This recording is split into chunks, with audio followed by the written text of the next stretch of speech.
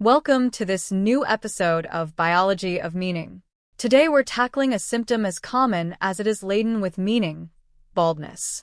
Beyond its aesthetic or genetic interpretation, hair loss can become a true turning point in identity. We're not just talking about hair. We're talking about image, territory, power, how a person perceives themselves in the world and in relation to others. In the Biology of Meaning framework associated with Gerd-Hamer, hair can be symbolically linked to protection, strength, and territorial identity, especially in men. Baldness, in certain cases, can be interpreted as an experience of loss of territory, real or symbolic, a feeling of aging or loss of power, conflicts of devaluation linked to image, and social pressure regarding the masculine role. But this is where we must be rigorous.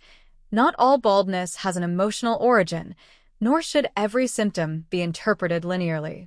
Reducing it to "you have a conflict" would be simplistic. The interesting thing is to understand when the symptom becomes significant in the subject's history. Integrated reading of the lighthouse. Bodily level.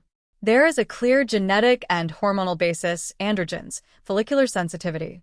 The body follows specific biological laws. Psychic level, Jung. From Carl Gustav Jung's perspective, hair is laden with symbolism, strength, virility, identity. Losing it can activate unconscious content linked to the shadow, fear of not being enough, of losing attractiveness or value. Level of consciousness, Wilber.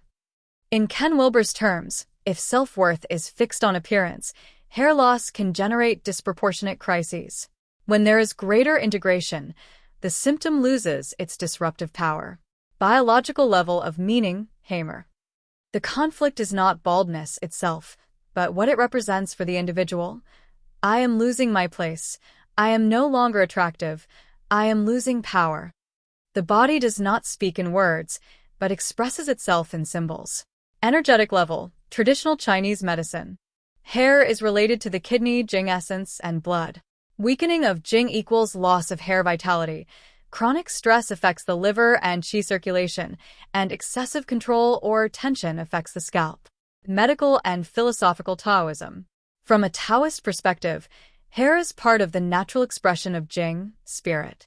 But the Tao also teaches something uncomfortable for the ego. Everything that is born transforms. Clinging to form goes against the Tao. Denying change generates suffering. The question is not only why does hair fall out, but what is my relationship with the passage of time and transformation? Pharaoh therapy. The Pharaoh approach does not seek to cure baldness, but to work on what is mobilized around it. 1. Differentiate biology from interpretation. Accepting the organic basis avoids false blame.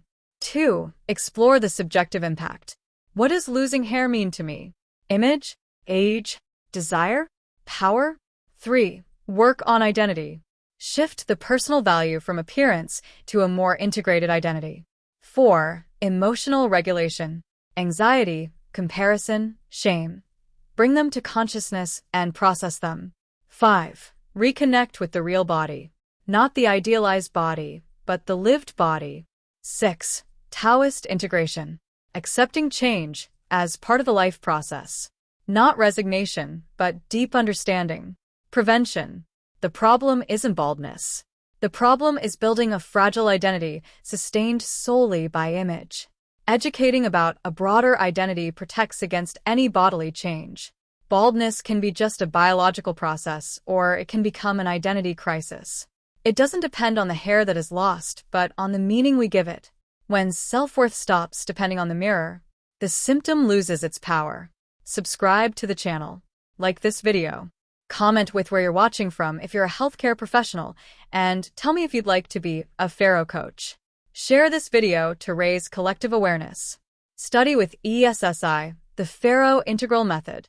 Learn science with awareness, because in health, knowledge is not neutral. It's vital.